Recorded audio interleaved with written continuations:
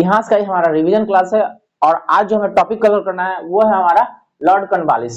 हम आधुनिक भारत पढ़ रहे थे और आधुनिक भारत में लॉर्ड कॉर्नवालिस के बारे में जानेंगे। लॉर्ड कॉर्नवालिस से लेकर के लॉर्ड हार्डिंग तक हम आज कवर करेंगे और यहाँ से जो भी प्रश्न बनेगा उसके बारे में आपके सामने रखेंगे। चलिए देखते हैं क्या पुस्तक में इसके बारे में बताया गया है। ठीक है, तो हमने पिछले कंपनी के अधीन गवर्नर जनरल देख लिए थे, जहां पे रॉबर्ट क्लाइव, कंपनी के अधीन गवर्नर वारेन हेस्टिंग के बारे में पढ़ लिए थे। ठीक है, आज उससे आगे हमको पढ़ना है लॉर्ड कॉर्नवालिस के बारे में। तो लॉर्ड कॉर्नवालिस का जो कार्यकाल है सबसे पहले उसको जान लीजिए, 1786 से 1793। ठीक है, और फिर एक बार वो वापस आए थे 1805 में। ठीक है, तो इनका इस तरह का कार्यकाल है।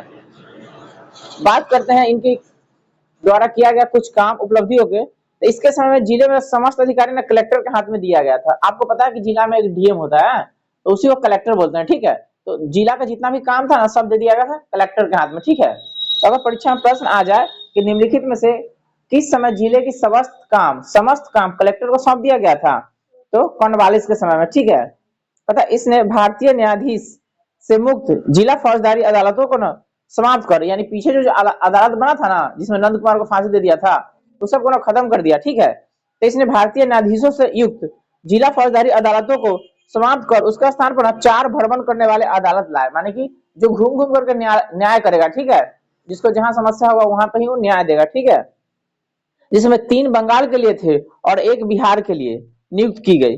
कथा कॉर्नवालिस ने 1793 प्रसिद्ध कॉर्नवालिस कोड, तो आपको पूछेगा कॉर्नवालिस कोड कहीं आया था 1793 में। तो 1793 में कॉर्नवालिस कोड आया, इसके बारे में ना याद रखना। आपको पूछेगा कॉर्नवालिस कोड कौन लेके आया था, तो लॉर्ड कॉर्नवालिस।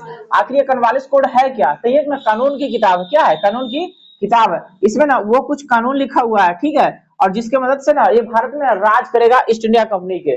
अब हम आपको बताना चाहेंगे कॉर्नवालिस कोड क्यों लाया, क्योंकि ना ये कॉर्नवालिस है, ये ना कॉर्नवालिस है जो अमेरिका में था। ठीक है, यही कॉर्नवालिस है जो अमेरिका में था, वहां हार गया था। लेकिन फ्रांस ना उस समय ना, मतलब एक फ्रांस है जहां पे नेपोलियन बोनापार्ट है जो ना वो लाया था, वो वहां पे ना एक कोड बनाया था। ठीक है, वो कोड बनाया था, वो कोड को ना जानता था। ठीक है, नेपोलियन कोड। ठीक है, और जब भारत में आया था ना तो ये कॉर्नवालिस कोड बनाया था उसी के तर्ज पे। यानी कि इससे पहले नेपोलियन कोड बन चुका था। तो नेपोलियन क्या कोड क्या था, वो ना कानून की एक संग्रह थी, कानून का उसमें पुस्तक था लिखा हुआ कि राज कैसे चलाएंगे, शासन कैसे चलाएगा, प्रशासन कैसे चलाएंगे, और ये बात ना जानता था ये कॉर्नवालिस। ठीक है, तो जब भारत में इसकी जगह है ना, मतलब भारत में कार्य करने की पद्धति शुरू हुई, तो इसने ना एक नियम कानून बना दिया जिसको बोलते हैं कॉर्नवालिस कोड। तो कॉर्नवालिस कोड क्या है, कानून की एक पुस्तक है। ठीक है, जिसमें उसने लिखा कि किस तरह से राज व्यवस्था वो चलाएगा, प्रशासन कैसे चलाएगा। ठीक है, राजतंत्र कैसे चलाएगा। तो 1793 में एक पुस्तक लिखा कॉर्नवालिस कोड। पूछा कॉर्नवालिस कोड का संबंध किससे है, तो लॉर्ड कॉर्नवालिस से। कब लिखा गया, 1793 में। समझ में आ गया ना। अब देखिए आगे क्या है, कहता है तब पूछे ये जो कॉर्नवालिस कोड है किस पे संबंधित है, ये शक्ति के ना पृथ्वीकरण सिद्धांत पे है। शक्ति के पृथ्वीकरण, यानी शक्ति को ना बांट दीजिए, पृथक कर दीजिए। ठीक है, समझ गए। तब पूछेगा ये प्रश्न बनता है कि कॉर्नवालिस कोड किस पे आधारित था, तो शक्ति के पृथ्वीकरण पे। ये परीक्षा में क्वेश्चन आ चुका है, आपसे आगे इसको ध्यान रखना है आपको। ठीक है, कहता है 1793 में एक विनिमय के द्वारा जिला कलेक्टर को ना उसकी न्यायिक शक्ति से ना वंचित कर दिया गया, यानी कि सब चीज दिया था लेकिन ना फिर उसको उससे वंचित कर दिया गया, और केवल संग्राहक अभिकर्ता, संग्राहक माने कि टैक्स कलेक्ट करता है से, समझ गए। तो जितना भी जिला में टैक्स आता है ना सब उसी के हाथ में, कलेक्टर के हाथ से ही जाता है। ठीक है, तो कलेक्टर के पास ही जाता है, तो वो ना न्याय व्यवस्था से उसको दूर कर दिया। ठीक है, उसका काम रह गया खाली कलेक्ट करना। ठीक है, तो क्या कर कलेक्ट करना यानी टैक्स। ठीक है, टैक्स कलेक्ट करेगा, वो न्याय को नहीं देखेगा। ठीक है, पहले वो न्याय देखता था। ठीक है, लेकिन अब न्याय नहीं देखेगा। अब न्याय के लिए अभी वर्तमान में हमारे देश में न्याय के लिए कोर्ट है ना जी, वो न्याय नहीं देखता है। ठीक है, वो प्रशासन देखता है। तो उसी समय ये कर दिया कि तुम प्रशासन देखो, यानी कि टैक्स कलेक्ट करो और प्रशासन देखो। और उसमें भी अभी तो हमारा 2 बन गया है ना, एक पुलिस डिपार्टमेंट बन गया है, डीएम का प्रशासनिक डिपार्टमेंट है। ठीक है, तो अलग अलग बन गया है। जब आप अपनी पद्धति पढ़ेंगे ना जो वर्तमान में चल रहा है तो वहां पे जानेंगे। लेकिन इसने क्या किया, इसने सिर्फ उसको ना बता दिया अपना कर संग्रह कीजिए। ठीक है, और न्याय से उसको अलग कर दिया। कहता है पुलिस कर्मचारियों के वेतन में वृद्धि के साथ ही ग्रामीण क्षेत्रों में पुलिस अधिकारी प्राप्त जमींदारों को ना इस अधिकार से वंचित कर दिया, यानी कि जो बड़े बड़े जमींदार था ना उसके पीछे ना वो पुलिस रहता था। ठीक है, बॉडीगार्ड, तो उसको कहा हटाओ, बॉडीगार्ड सब ले लिया। ठीक है, और ये सब बॉडीगार्ड को कहाँ रख देगा, आप थाना में रख देगा। ठीक है, अब देखिए क्या करता है, कंपनियों के कर्मचारियों के व्यक्तिगत व्यापार पर प्रतिबंध लगा दिया। जो ईस्ट इंडिया कंपनी था ना, तो उसके कंपनी के जो कर्मचारी था वो खुद से ना अपने व्यापार करता था, उसको बंद कर दिया कि नहीं आपको नहीं करना है। ठीक है, कहता है जिला में पुलिस थाना की स्थापना कर एक दरोगा की नियुक्ति की। तो दरोगा का जो पोस्ट लाया था ना, यही लाया था, दरोगा का पोस्ट लाया था, यही लाया था, यानी थाना भी यही बनाया, ठीक है, कर्नवालिस थाना बनाया। यहाँ पे ना एक दरोगा रख दिया, ठीक है। तो पूछेगा निम्नलिखित में से किसके द्वारा दरोगा का पोस्ट बनाया गया था, दरोगा का पद बनाया गया था कर्नवालिस द्वारा, कही 1793 में, ठीक है। अतः भारतीयों के लिए सेना में सूबेदार, यानी कि भारतीय लोग होते थे ना, उसको सूबेदार, जमादार, प्रशासनिक सेवा में मुफ्ती, सदर, अमीन या डिप्टी कलेक्टर से ऊंचा पद नहीं दिया जाता था, ठीक है, मतलब इससे ऊंचा पद नहीं दिया जाता था, ठीक है। कहता है 1793 में अस्थायी बंदोबस्त की पद्धति लागू हुई। तो आपको पूछे अस्थायी बंदोबस्त कौन लेके आया था, कर्नवालिस। अस्थायी बंदोबस्त कौन लेके आया, कर्नवालिस। कहता इसने 1793 में अस्थायी बंदोबस्त की पद्धति लागू की, जिसके तहत जमींदारों को अब भू राजस्व का लगान 90% देना था, ठीक है, यानी 10 बटा भाग कर दिया, 90%, 10/11 भाग कर दिया कंपनी को, तथा लगभग 10% यानी 1/11 भाग अपने पास रखता था, ठीक है। कहता है अस्थायी बंदोबस्त की योजना जॉन सोर ने बनाई थी, यानी सबसे पहले अस्थायी बंदोबस्त जो लेके आए थे वो व्यक्ति है जॉन सोर, ठीक है। तो ये प्रश्न आ चुका है कि अस्थायी बंदोबस्त को सबसे पहले किसने प्रारंभ किया, जॉन सोर ने, लेकिन इसका प्रयोग आगे कौन बढ़ाया, तो कर्नवालिस, ठीक है। तो कर्नवालिस अस्थायी पद्धति की व्यवस्था है ना, उसको आगे बढ़ाया, ठीक है। अस्थायी बंदोबस्त की योजना जॉन सोर ने बनाई थी, इसे बंगाल, बिहार, उड़ीसा, बनारस, मद्रास के उत्तरी जिलों में लागू किए गए। इसमें जमींदार भू राजस्व की दर तय करने के लिए स्वतंत्र थे, ठीक है। तो बच्चे आपको यहाँ पे प्रश्न आएगा कि अस्थायी बंदोबस्त किसके समय में आया, तो लॉर्ड कर्नवालिस के समय में। इसको बनाया कौन, तो जॉन सोर, ठीक है, समझ में आ गया ना। कहता है भू राजस्व वसूलने के दो अन्य व्यवस्था थे, रैयतवाड़ी, मालवाड़ी। तो एक हो गया अस्थायी बंदोबस्त, अब आप जानेंगे रैयतवाड़ी, मालवाड़ी के बारे में। तो रैयतवाड़ी, मालवाड़ी के बारे में ना हम कुछ आपको बोर्ड पर से बता देते हैं। जैसे कि ना ये जमींदारी व्यवस्था था ना, पूरे भारत में ना 19% भूमि पर लागू था, ठीक है। और ये रैयतवाड़ी व्यवस्था था ना 51% भूमि पर लगा हुआ था, और मालवाड़ी 30% भूमि पर लगा हुआ था, यानी कि भारत में जितने भूमि है ना उसका उसमें 19% पर जमींदारी व्यवस्था, 51% पर रैयतवाड़ी और 30% पर मालवाड़ी व्यवस्था लागू किया गया था, ठीक है। और ये किससे किससे लिया जाता था कर, उसके बारे में देखिए। जमींदारी ना, जमींदारी व्यवस्था ना जमींदार के साथ था, ठीक है। रैयतवाड़ी व्यवस्था किसान के साथ था, और मालवाड़ी व्यवस्था जो मुखिया होता था या फिर बड़ा बड़ा जिसके पास जमीन का टुकड़ा होता था, ठीक है, उस समय उसको लंबदार बोलते थे, उसके साथ किया जाता था, ठीक है। लेकिन परीक्षा में कभी कभी ये भी पूछ लेगा कि जमींदारी व्यवस्था को प्रारंभ किसने किया था, तो कर्नवालिस और जॉन सोर, यानी कर्नवालिस के कार्यकाल में जॉन सोर ने शुरू किया था, ठीक है। यानी जमींदारी प्रथा का जमींदारी जो है ये लेके आया था किसके द्वारा, जॉन सोर द्वारा, लेकिन गवर्नर जनरल कौन था, कर्नवालिस, ठीक है। रैयतवाड़ी कौन लेके आया, तो टॉमस मुनरो और कैप्टन रीड, ठीक है। टॉमस मुनरो और कैप्टन रीड रैयतवाड़ी लेके आया था, ठीक है। उसी तरह से मालवाड़ी कौन लेके आया, तो मालवाड़ी हॉल्ट मैकेंजी लेके आया, ठीक है। तो परीक्षा में आपको यहाँ से प्रश्न आएगा, तो आपको ध्यान रखना है कि किसका संबंध किससे है। परीक्षा में सबसे ज्यादा पूछा जाता है कि भारत के कितने क्षेत्र में ना रैयतवाड़ी व्यवस्था था, तो 51% में, ठीक है। कभी कभी पूछ लेगा निम्नलिखित में किसने रैयतवाड़ी पर व्यवस्था प्रारंभ किया, तो टॉमस मुनरो और रीड, ठीक है। अब इसका जो कुछ डिटेल्स है जो पुस्तक में दिया हुआ उसके बारे में पढ़ते हैं। ये प्रश्न ये जो है ये एग्जाम में पूछता है, इसलिए आप इसको ना हाईलाइट कर लीजिए, इसको लिख लीजिए, ताकि आपसे जब पूछे तो इसको आपको ध्यान में रखे, ठीक है। ये 3 गो डेटा है, 3 गो डेटा से ना एग्जाम में प्रश्न आ ही जाता है, ठीक है। चलिए आगे बढ़ते हैं और देखते हैं इसमें क्या है। यही बात को ना इसमें समझाया हुआ है। पता है रैयतवाड़ी व्यवस्था किसानों के साथ व्यक्तिगत रूप से किए गए लगान समझौते को ना रैयतवाड़ी कहा जाता था। इस व्यवस्था के अंतर्गत ब्रिटिश भारत का 51% भूमि आई। 1792 में रैयतवाड़ी व्यवस्था बारामहल जिले में पहली बार कर्नल रीड द्वारा लागू की गई। 1820 ईस्वी में यह व्यवस्था मद्रास में लागू की गई, और इसे सुचारू रूप से चलाने के लिए मुनरो को मद्रास का ना गवर्नर नियुक्त किया गया, वही हेक्टर मुनरो, ठीक है। 1825 ईस्वी में व्यवस्था बंबई में लागू हुई तथा 1858 तक यह व्यवस्था पूरे दक्कन और अन्य क्षेत्रों में लागू हुआ। तो दक्षिण में दक्कन आप जानते हैं, तो उस तरफ लागू कर दिया दक्कन प्रदेश में, ठीक है। इस व्यवस्था की मुख्य विशेषता निम्न थी, कहता सरकार और किसान के बीच ना कोई बिचौलिया नहीं रहेगा, ठीक है। रैयतवाड़ी में कोई बिचौलिया नहीं रहेगा। कहता है भूमि का स्वामित्व किसानों को दिया गया, जिसमें ना वे भूमि का ना विक्रय कर सकते थे एवं गिरवी भी रख सकते थे। कहता लगान की अदायगी न होने पर भूमि ना जब्त कर ली जाती थी, यानी कि आप टैक्स नहीं दीजिएगा ना तो आपका भूमि ना वो ले लेगा आपसे, ठीक है, जिस पर आप खेती करते हैं, ठीक है। अब फिल्म देखिएगा ना तो उसमें बहुत अच्छा सा बताया है कि आप जब लगान नहीं दीजिएगा ना तो खेतवा ना उसको से छीन लेता है, समझ गए। वो खेत उसको से ले लेता है, ठीक, और फिर उसको देता है जो उसको टैक्स देगा, ठीक है। यानी भूमि आपको आपका नहीं है, अंग्रेजवा का हो गया, ठीक है। कहता है लगान अदायगी की प्रत्येक 30 वर्ष बाद न पुनर्सीमा करने की व्यवस्था की गई थी। यानी कि 30 साल तक जब हम एक बार तय कर दिए ना, वही लगान देना है, चाहे आपको खेत में उपज हो चाहे ना हो, चाहे बाढ़ आए चाहे सुखाड़ आए, उससे उसको कोई मतलब नहीं है। उसको टैक्स लेना है तो लेना है, वो लेवे करेगा। अब फिर 30 साल आएगा ना, तब फिर वो निर्धारित करेगा कि अब इससे कितना टैक्स लेना है, इस पर बढ़ाना है कि घटाना है, समझ गए। अभी जो निर्मला सीतारमण बजट लेके आई है तो क्या लेके आई है, वो टैक्स लेके आई है कि किस पर कितना टैक्स लेना है, किसको टैक्स टैक्स में छूट देना है, किसको बढ़ाना है, समझ गए। और उसी तरह से साल भर पैसा कमाई होगा, ठीक है, देश से, लोगों से, जनता से। अब फिर उसे संचित निधि भरेगा, अब फिर उसको इस्तेमाल करेंगे विकास में, ठीक है, ठीक है। तो इस तरह से खेला चलते रहेगा, इसी तरह से देश आगे बढ़ते रहता है, ठीक है। तो ये अंग्रेजवा अपना पैसा कलेक्ट करने के लिए भारत से ना ये सब व्यवस्था लगा रहा था, ठीक है।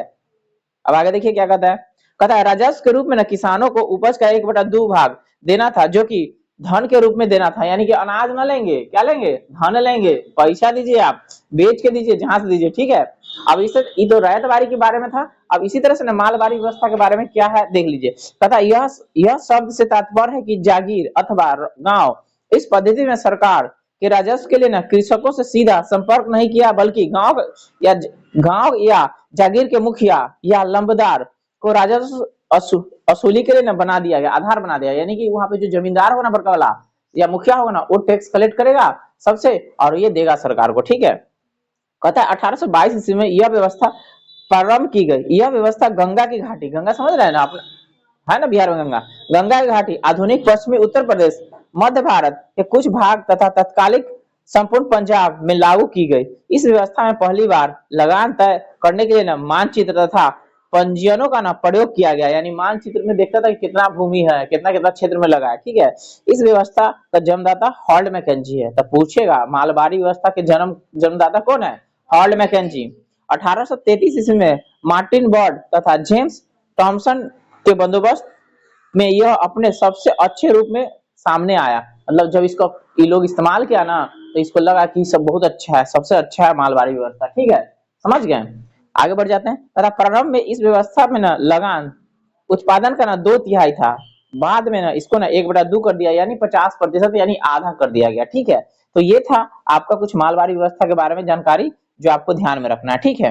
अब आपको बताना चाहेंगे भारत में ना कर्नवालिस है ना, कर्नवालिस भारत में नागरिक सेवा का जनक माना जाता है, ठीक है। तो ये भी क्वेश्चन बहुत बार परीक्षा में आ चुका है कि नागरिक सेवा का जनक कौन है भारत में, तो कर्नवालिस, ठीक है, याद रखिए, परीक्षा में पूछ चुका है कई बार, आपसे भी पूछेगा। तो भारत में नागरिक सेवा का जनक माना जाता है कर्नवालिस को, ठीक है। अब आपसे एक प्रश्न पूछेगा तो इसको ध्यान में रखना है, क्वेश्चन VVI है, ठीक है। इसके बाद बात आता है आपका जॉन सोर के बारे में, ठीक है। इसका जो कार्यकाल है 1793 से 1798। कहता इसने अहस्तक्षेप की नीति अपनाई। तो यहाँ से क्वेश्चन आएगा निम्नलिखित किस अंग्रेज गवर्नर ने अहस्तक्षेप की नीति अपनाई, तो हाँ याद रखिएगा। इसी के कार्यकाल के दौरान ना 1795 में ना बंगाल में नियम 21 के तहत, याद रख लीजिए, नियम 21 के तहत नवजात कन्याओं, जैसे बच्चा लड़की जन्म लेती थी ना, उसको मार देता था, ठीक है। तो ये क्या कहा, ये कहा कि नियम 21 के तहत अगर तुम बेटी को यानी कन्या को मारते हो तो आम जुर्म में जैसे मौत होता है ना, उसकी तरह तुमको सजा मिलेगा, ठीक है। तो कहता है नवजात कन्याओं की हत्या के लिए की जाने वाली हत्या को ना समान अपराध की श्रेणी में ला दिया। तुम बच्चा को नहीं मारे हो, तुम हत्या की हो, ठीक है, इसके लिए तुमको सजा मिलेगा। तो क्या नियम के तहत, नियम 21 के तहत। तो इन्हें बहुत बड़ा काम किया जॉन सो, ठीक है। कहा कि जानते हैं ना कि छोटे बेटी जन्म लेते तो उसको मार देता था, अभी भी मार देता है, लेकिन सरकार सख्त नियम कानून लाया तो उसी समय चालू हो गया, ठीक है। जॉन सोर ने ही नियम लेके आया कि आप कन्या को मारिएगा ना तो इसको ना आम हत्या की तरह हत्या समझा जाएगा, आपको उसी तरह से सजा मिलेगा, ठीक है। तो यही इसका बहुत बड़ा काम किया हुआ था। तो याद रखिएगा नियम 21 के तहत, ज्यादा तो क्वेश्चन यहाँ से बना नहीं है लेकिन बन सकता है, ठीक है। अब है लॉर्ड ब्लेजली, इसका कार्यकाल है 1798 से 1805। अब ब्लेजली के बारे में देख लीजिए, 1798 से 1805 तक इसने क्या किया, इसने सहायक संधि की पद्धति शुरू की। तो ये क्वेश्चन हर एग्जाम में लगभग पूछा जा चुका है, इस भारत में सहायक संधि शुरू करने वाला व्यक्ति कौन है, हाँ, तो सहायक संधि शुरू किया था, ठीक है।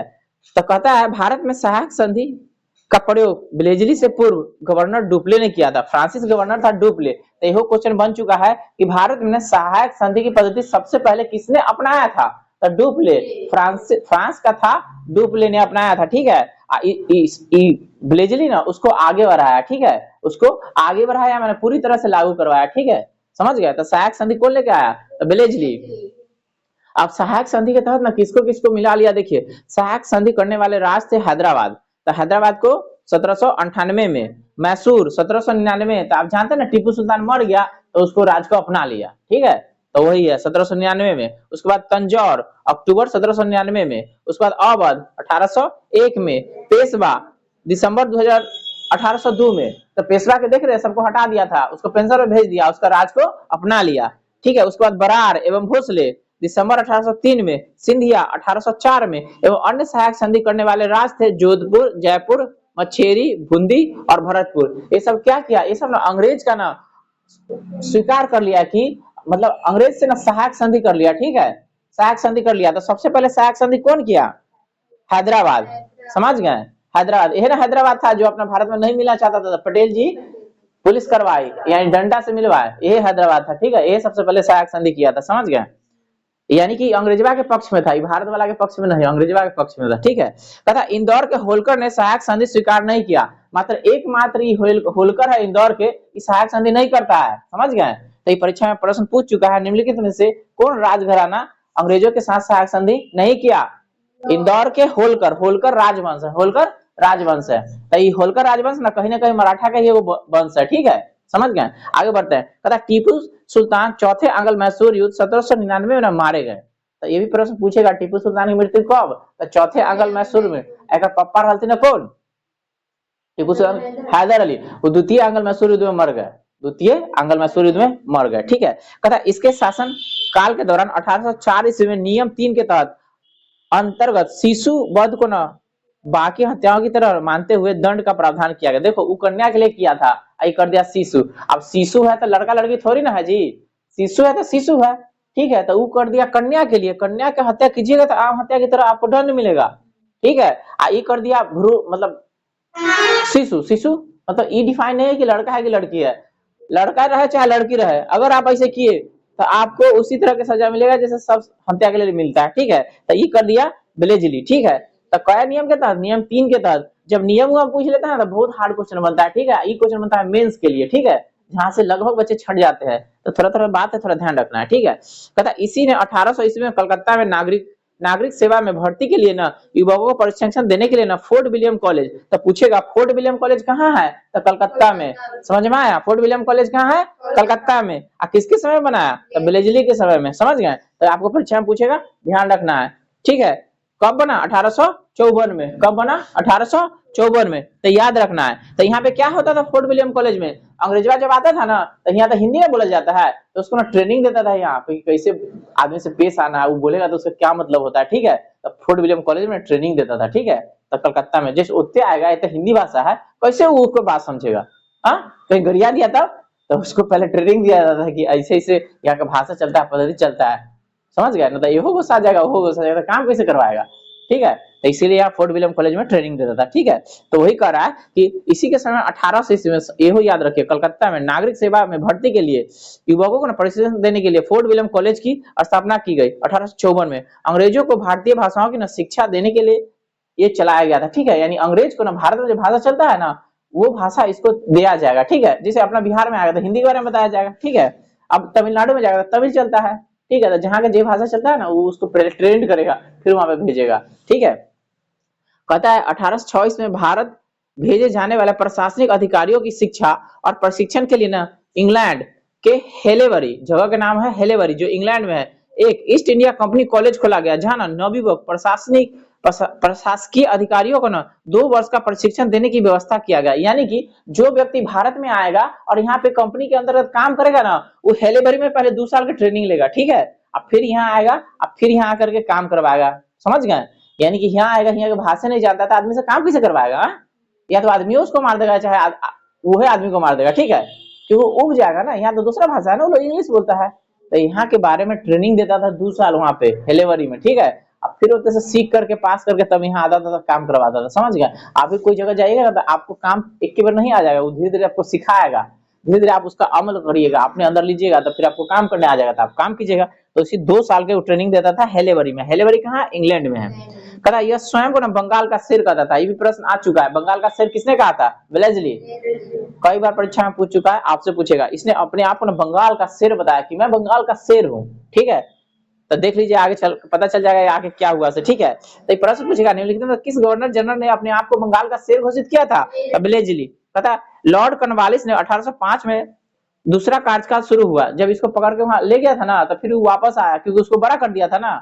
तो ये वापस आया, परंतु ना शीघ्र ही इसकी मृत्यु हो गई। यानी कॉर्नवालिस भारत में दोबारा आया लेकिन मर गया। तो पूछेगा कॉर्नवालिस की मृत्यु कब हुई थी, 1805 में। अब आपको पढ़ना है सर जॉर्ज बार्लो के बारे में, ठीक है। तो इसके समय में बस एक ही काम हुआ था कि सिपाही विद्रोह हो गया था, ठीक है। तो 1806 ईस्वी में वेल्लोर में हुए सिपाही विद्रोह पर ना इसके काल की महत्वपूर्ण घटना है। तो इसके समय में ना सिपाही विद्रोह हो गया था वेल्लोर, जगह का नाम है वेल्लोर, वहां पे तमिलनाडु में पड़ता है वेल्लोर, ठीक है।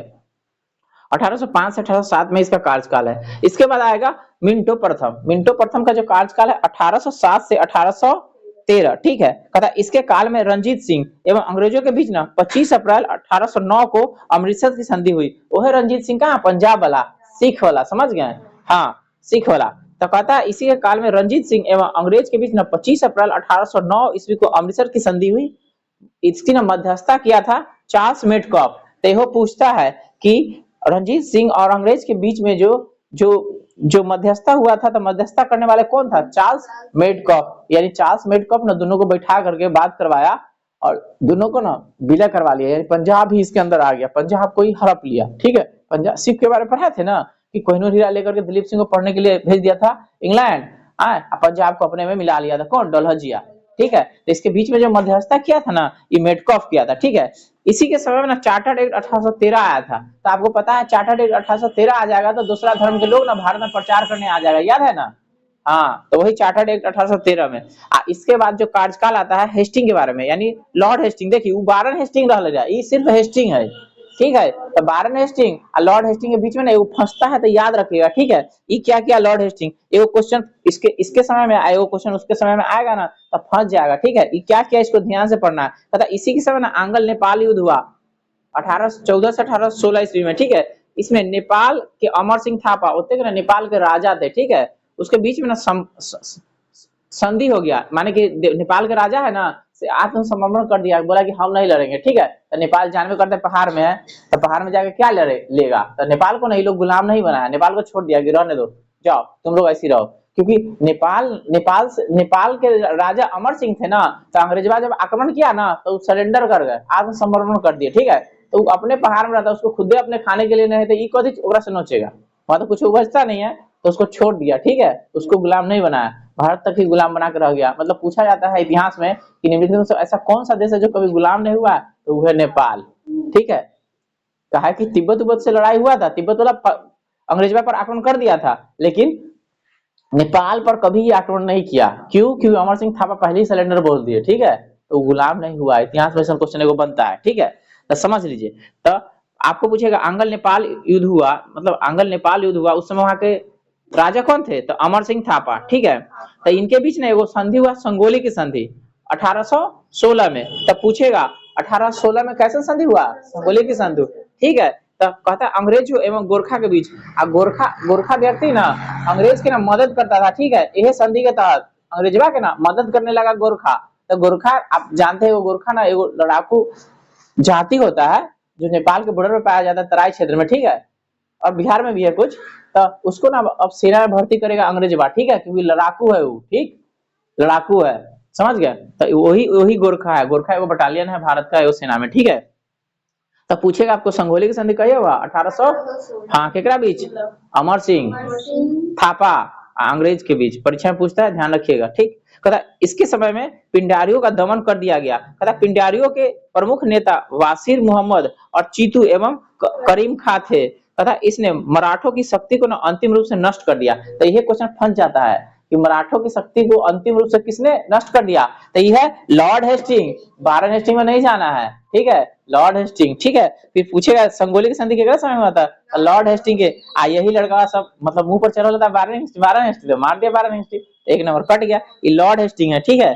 कहता है इसने प्रेस पर लगे प्रतिबंध को समाप्त कर दिया गया, ठीक है। तो चार्ल्स मेडकॉफ आगे प्रेस पर प्रतिबंध लगा दिया, आई लॉर्ड हेस्टिंग ना उसको समाप्त कर देगा, ठीक है। तो याद रखना है, ठीक है। तो प्रेस पर जो प्रतिबंध आएगा, एक और है व्यक्ति जो प्रेस पर लगा है ना, जिसको प्रेस का मुक्तिदाता कहते हैं, आगे आगे हम पढ़ा देंगे उसके बारे में, ठीक है।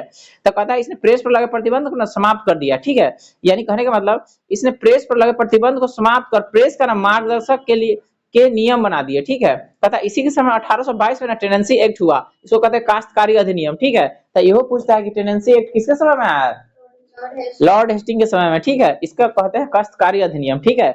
ये ना बुनकर से संबंधित है। इसके बाद आपको पढ़ना है एम हस्ट के बारे में। एम हस्ट का जो कार्यकाल है 1823 से 1828 है। हम आपको फिर से बता दें, जो टॉपिक पढ़ा रहे हैं ना, आपको एग्जाम में भर भर के यहाँ से क्वेश्चन आता है, ठीक है। अगर आप जानना चाहते हैं क्वेश्चन आता है कि नहीं आता, तो प्रीवियस ईयर के क्वेश्चन उलटिए, वहां पे जाके देखिए, आपको यहाँ से क्वेश्चन मिल जाएगा। बीपीएससी दरोगा, कांस्टेबल, सब जितना भी एग्जाम में बैठेगा ना, यहाँ से मध्यकालीन भारत से क्वेश्चन आता ही है। ये आधुनिक भारत का टॉपिक है, आधुनिक भारत से क्वेश्चन आता ही है, ठीक है। तो आप एक बार उसको जरूर देख लीजिए और इसको ध्यान से पढ़िए, ठीक है। आधुनिक भारत से क्वेश्चन भर के रहता है। अब देखिए, जी लॉर्ड एम्स्टर्डम है ना, इसका कार्यकाल 1823 से 1828 तथा इसके समय ना प्रथम आंग्ल बर्मा युद्ध हुआ। वही बर्मा देख रहे हैं ना, जिसका अभी राजधानी नेपिता है, हाँ, उसका नाम है अभी म्यांमार, हाँ, पहले नाम था बर्मा, ठीक है। तो इसके साथ युद्ध हुआ 1824 से 1826 में लड़ा गया। 1826 ईस्वी में बर्मा एवं अंग्रेज के बीच ना यांडू की संधि हुई। तो यह पूछता है यांडू की संधि कहिया हुआ था? 1826 में। 1824 में ना बैरकपुर का सैन्य विद्रोह हुआ। ये बैरकपुर आ जाएगा किसके बारे में? मंगल पांडे के बारे में, ठीक है। तो बैरकपुर ना पश्चिम बंगाल में एक जगह है, वो ना सैनिक जगह है, सैनिक छावनी है, ठीक है।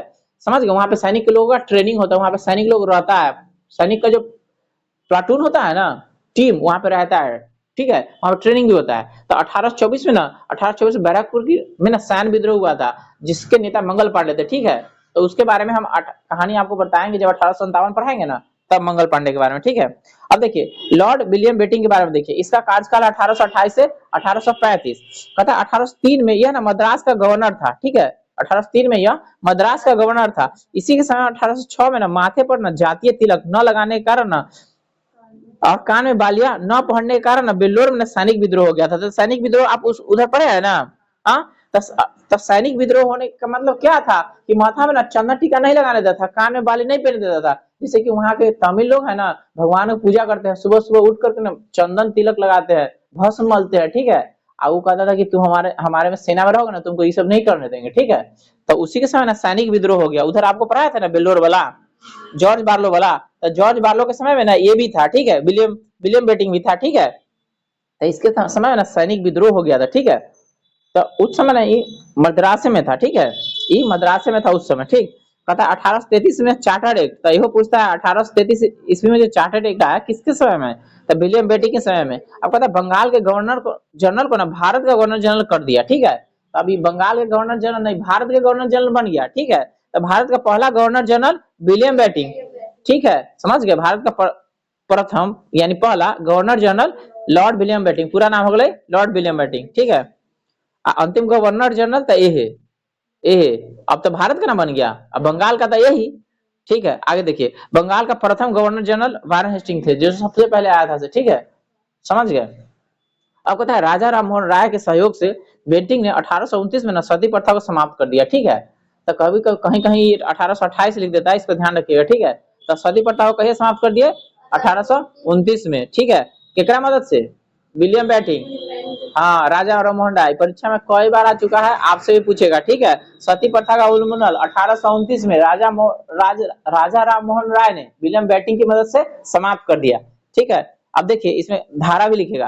कहता है बेटिंग ने इस प्रथा के खिलाफ कानून बनाकर 1829 में धारा 17, तो यह पूछेगा सती प्रथा को अंत किया गया धारा क्या के तहत?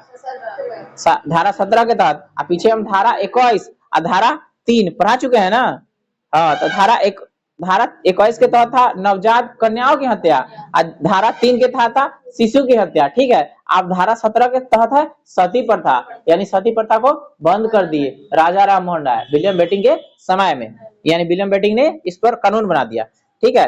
प्रथा द्वारा विधवाओं से ना सती होने पर ना अवैध घोषित कर दिया कि अब ऐसा नहीं हो सकता, आप नहीं मार सकते किसी को, ठीक है।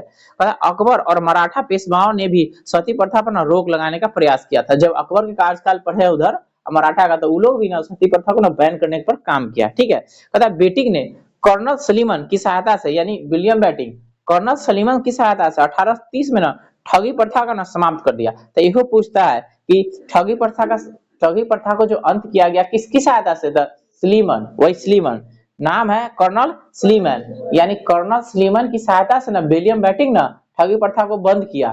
तो इसके लिए भी नियम बनाएगा, ठीक है। अब देख लीजिए, पहले कहता ठग लोग ना देवी काली की पूजा करते थे, ठीक है। ठग लोग देवी काली की पूजा करते थे और लोगों को ठग देते, ठीक है, जान मार देते, ठीक है। तो स्लीमन क्या किया, उसको बंद करवा दिया। कही आता 1830 में। कहता है सन 1835 में बेटिंग ने कलकत्ता में ना कलकत्ता मेडिकल कॉलेज, ठीक है, तो कलकत्ता में ना सबसे पहले कलकत्ता मेडिकल कॉलेज खुला था 1835 में, ठीक है, समझ गए। तो कलकत्ता मेडिकल कॉलेज है ना सबसे बड़का, जहाँ पे अभी पिछले साल हाल फिलहाल में कांड हो गया था, जान रहे हैं ना। हाँ, तो आप तो वही कलकत्ता मेडिकल कॉलेज है, ठीक है, कलकत्ता मेडिकल कॉलेज, जिसको बनवाया था कौन? William Bentinck. कही 1835 में। कहता इसी के समय ना मैकाले की अनुशंसा पर, इसी के समय में मैकाले की अनुशंसा पर अंग्रेजी शिक्षा का ना माध्यम बनाया गया। यह पूछेगा कि भारत में अंग्रेजी शिक्षा का माध्यम किसके समय में बनाया गया? हाँ, तो मैकाले अनुशंसा किया था, अब विलियम बेटिंग के ना कार्यकाल था, ठीक है, यानी विलियम बेटिंग के समय में। तो मैकाले का अनुशंसा संबंधित कथी से? अंग्रेजी शिक्षा से। समझ में आ रहा है? तो बोला कीजिए तब ना क्लियर होगा। अंग्रेजी शिक्षा संबंध है मैकाले के अनुशंसा। तो पूछेगा किसके समय में? विलियम बेटिंग के समय में। कहता मैकाले द्वारा कानून का वर्गीकरण किया गया तथा बेंटिंग ने 1831 में मैसूर में तथा 1834 में पूर्व तथा मध्य कचनेर में हड़प ले माने हड़प लिया। कहने का मतलब कि बेटिंग ने इस सबको अपने अंदर में मिला लिया, ठीक है, समझ गए। तथा इसने भारतीयों को उत्तराधिकारी पदों पर नियुक्त किया गया, ठीक है। कहता है इसने भारतीयों को उत्तरदायी पदों पर नियुक्त किया। उत्तरदायी पद माने कि इसको, जैसे कि आप पीछे पढ़े हैं ना कि सूबेदार से ऊपर नहीं देता था, अभी ना ऊपर ऊपर पोस्ट देगा भारतीयों को, ठीक है, माने अच्छा अच्छा पोस्ट पर इसको आसीन करेगा, जो ऊंचा पोस्ट है उस पर, ठीक है। इसके समय में भारतीयों को ना प्रदान की जाने वाली उच्च पद था सदर अमीन। अब सदर अमीन बन सकता है भारतीय, ठीक है, जिसे ना 700 रुपए का ना प्रति माह तनख्वाह मिलता। तनख्वाह माने कि वेतन, वेतन, ठीक है। तो 700 रुपया मिलता था इसके समय में, ठीक है, विलियम बेटिंग के समय में। इससे ऊपर नहीं मिलता था अमीने तक, ठीक है। इसके समय कंपनी के ना 1833 के चार्टर एक्ट द्वारा यह निश्चित किया गया कि धर्म, जाति, रंग अथवा जन्म के आधार पर ना किसी व्यक्ति को ना कंपनी की सेवा में प्रवेश के लिए नहीं रोका जाएगा, यानी उसको वंचित नहीं किया जाएगा, ठीक है। तो इसी से ना परीक्षा ला देगा, ठीक है, कि परीक्षा दो और आओ, तो इसी से आगे बढ़ने लगेगा। तो आपको 1826 पर है ना लीग आयोग, ठीक है, तो उसी के समय की बात है, ठीक है। कहता इसने शिशु बालिका की हत्या पर ना प्रतिबंध लगा दिया। देखो फिर एहो काम कर रहा है, शिशु बालिका की हत्या पर प्रतिबंध लगा देगा, ठीक है। तो इस सब जो अंग्रेजवा सब है ना कुछ अच्छा भी काम किया भारत के हित में। अगर अंग्रेजवा नहीं रहता तो आज तक तो सबको मारते रहता, सदी मनपते रहता, ठीक है। तो अंग्रेजवा आया लेकिन भारत के लोग भी प्रयास किए, ठीक है, तो बंद हुआ, ठीक है। तो अभी तक हालांकि अभी भी चल रहा है जहां तहां, ठीक है, हम आप नहीं ना जान रहे हैं, पेपर में छुट्टा उट्टा कहीं को आ जाता है खबर तो समझ में आता है, ठीक है। जो पुरनका है वो सब तो दबा दबा के कर ही ना रहा है, तो हाईलाइट नहीं हो रहा, तो नहीं जान रहे हैं, ठीक है। लेकिन ये लोग भी प्रयास किया है जड़ से मिटाने के लिए, यानी इसे भारत में फैला हुआ बेकार का चीज था ना, बेकार का नियम था ना। उसके बाद चार्ल्स मेटकॉफ के बारे में समझिए, ठीक है। इसने अपने 1 वर्ष के कार्यकाल में ना प्रेस पर लगे नियंत्रण को हटा दिया, इसलिए इसे ना भारत के प्रेस की मुक्तिदाता कहते हैं। तो चार्ल्स मेटकॉफ का काम कार्यकाल है 1835 से 1836। एक साल में ही अपना नियम कानून लगा करके प्रतिबंध लगा था प्रेस पर, प्रेस जहाँ पेपर छपाता है, ठीक है, उसको सब खत्म कर दिया, ठीक है। तो जब प्रेस के जब नियम कानून लगाया था खत्म कर दिया, तो इसको कहते हैं प्रेस की मुक्तिदाता। लगभग एग्जाम में आ चुका है, चाहे डीजीडी में बैठिए, चाहे एमटीएस में बैठिए, चाहे एलडीसी में, चाहे दरोगा में, Bihar police constable, SSC, GD, कहीं भी बैठिए ना एमटीएस, तो आपको एगो क्वेश्चन यहाँ से रहता है, प्रेस के मुक्तिदाता किसको कहते हैं? चार्ल्स मेटकॉफ के, ठीक है। यही चार्ल्स मेटकॉफ था जो ने ना पंजाब के विलय में ना मध्यस्थता किया था, समझ गए। तो इसको कहते हैं प्रेस की मुक्तिदाता। इसका कार्यकाल है 35 से 36, समझ गए। तो उसके बाद आपको देखना है लॉर्ड ऑकलैंड के बारे में, ठीक है। तो इसके समय की सबसे महत्वपूर्ण घटना है प्रथम आंग्ल अफगान युद्ध, यानी अफगान के साथ युद्ध हुआ था, ठीक है, 1839 से 42 में। कहता है 1829 इसमें इसने कलकत्ता में दिल्ली तक ग्रैंड ट्रैंक रोड का मरम्मत करवाया, जेकरा समझ शेरशाह सूरी से पढ़ा है ना, ग्रैंड ट्रैंक रोड, वह ग्रैंड ट्रैंक रोड के ना ऑकलैंड ना मरम्मत करवाएगा, ठीक है। यानी कि आदमी आएगा जाएगा कैसे, रोडवा ठीक रहेगा तब ना, तो ऑकलैंड क्या कराएगा, बंद, उसको ठीक करवा देगा, उसको ठीक करवा देगा, जीटी रोड को ना ठीक करवा देगा, ठीक है। और एक और काम ही करेगा, इसी के समय ना भारतीय विद्यार्थियों को ना डॉक्टरी की शिक्षा हेतु ना विदेश जाने के लिए अनुमति दे दी गई संसद से, ठीक है, कि भारत के आदमी ना पढ़ लिख के डॉक्टर बन सकता है, ठीक है।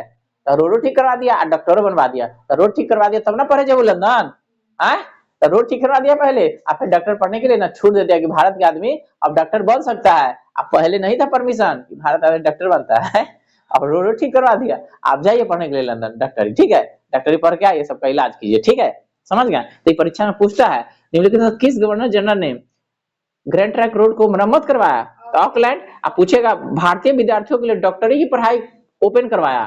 तो ऑकलैंड, ठीक है, मतलब अनुमति दे दिया गया। इसके बाद आपको पढ़ना है लॉर्ड एलिनबरो के बारे में, जिसका जो कार्यकाल है 1882 से 1844, 1842, 1842, 42 से 44। तो एलिनबरो 42 से 44 में क्या करेगा, इसको देखिए। कहता है प्रथम आंग्ल अफगान युद्ध समाप्त हुआ, यानी कि अफगान यानी अफगानिस्तान, ठीक है, तो इसके समय में ना समाप्त हो गया। कहता सिंध को अगस्त 1843 ईस्वी में पूर्ण रूप से ब्रिटिश साम्राज्य में मिला लिया गया। सिंध विजय के विषय में नेपियर का कथन है कि वह अफगानी तूफान का पूछ था। तो पूछता है निम्नलिखित में से यह किसके लिए उक्ति कहा गया है कि वह अफगानी तूफान का पूछ था? तो चार्ल्स नेपियर के बारे में। किसके? चार्ल्स नेपियर के बारे में। तो ये परीक्षा में क्वेश्चन कई बार पूछ चुका है कि अफगानी तूफान का पूछ किसे कहा जाता था? तो नेपियर को। इसका पूरा नाम है चार्ल्स नेपियर। कहता दास प्रथा का उन्मूलन इसी के समय में किया गया था 1843 में धारा 5 के तहत, ठीक है। दास प्रथा माने कि गुलाम, ठीक, हमारे गुलाम है, हमारे नौकर, हम खरीद के लाए, हमारे लिए काम करो, तो ये ना बंद करवा दिया। तो पूछेगा दास प्रथा का उन्मूलन किसके समय में किया गया? एलिन बरो के समय में। एलिन बरो के समय में कही 1843 में। लगभग इसी के समय से ना छुट्टी संडे को मिलेगा, ठीक है, इसी के समय से, समझ गए। तो पूछेगा दास प्रथा धारा क्या है? धारा 5। तो आप पढ़ लिए धारा 21, धारा 3, धारा 17 और धारा 5। तो धारा वाला क्वेश्चन बन जाएगा तो हार्ड क्वेश्चन हो जाएगा, तो ध्यान रखना है, ठीक है। तो धारा 5 के तहत क्या करेगा? दास प्रथा का उन्मूलन या दास प्रथा बंद। दास प्रथा आप नहीं करा सकते, ठीक है, गुलाम नहीं रख सकते। तो किसके समय में? एलिन बरो के समय में। अब आपको थोड़ा सा एक टॉपिक देखना है, वो है आपका लॉर्ड हार्डिंग के बारे में, ठीक है। आगे चलेंगे ना तो लॉर्ड हार्डिंग द्वितीय भी पढ़ेंगे, लेकिन अभी हार्डिंग पढ़ेंगे, लॉर्ड हार्डिंग के बारे में। देखिए ये क्या क्या इसके कार्यकाल की सबसे महत्वपूर्ण घटना थी प्रथम आंग्ल सिख युद्ध। प्रथम आंग्ल सिख युद्ध हुआ था 45 से 46 में, यानी 1845 से 1846 में। इसमें ना अंग्रेज जीत गए थे और सिख लोग हार गए थे, ठीक है। इसी के समय नर बलि प्रथा पर ना प्रतिबंध लगा दिया। नर बलि की जिंदा आदमी को काट दो, माने भगवान के हम बलि दे लिए, ठीक है, समझ गया, जिंदा आदमी को काट दो, बोल भगवान के बलि दे लिए, ठीक है। तो इसे कहते हैं नर बलि। तो पूछेगा परीक्षा में, पूछा जा चुका है कई बार, आपसे पूछेगा कि नर बलि प्रथा प्रतिबंध किसने लगाया? हार्डिंग ने। ये सिर्फ हार्डिंग है, हार्डिंग द्वितीय हम आगे चल के पढ़ेंगे जब, समझ गए। तो लॉर्ड हार्डिंग का सबसे बड़ा काम यही है कि नर बलि प्रथा को ना समाप्त करवा दिया, ठीक है। कई बार प्रश्न ये पूछा है, आपसे पूछेगा। अब आपको बचा डलहौजी। तो डलहौजी का कार्यकाल थोड़ा लंबा है, ठीक है, तो इसको नेक्स्ट वीडियो में देखेंगे, जानेंगे, और वहां से क्या प्रश्न बनता है उसके बारे में चर्चा करेंगे, ठीक है।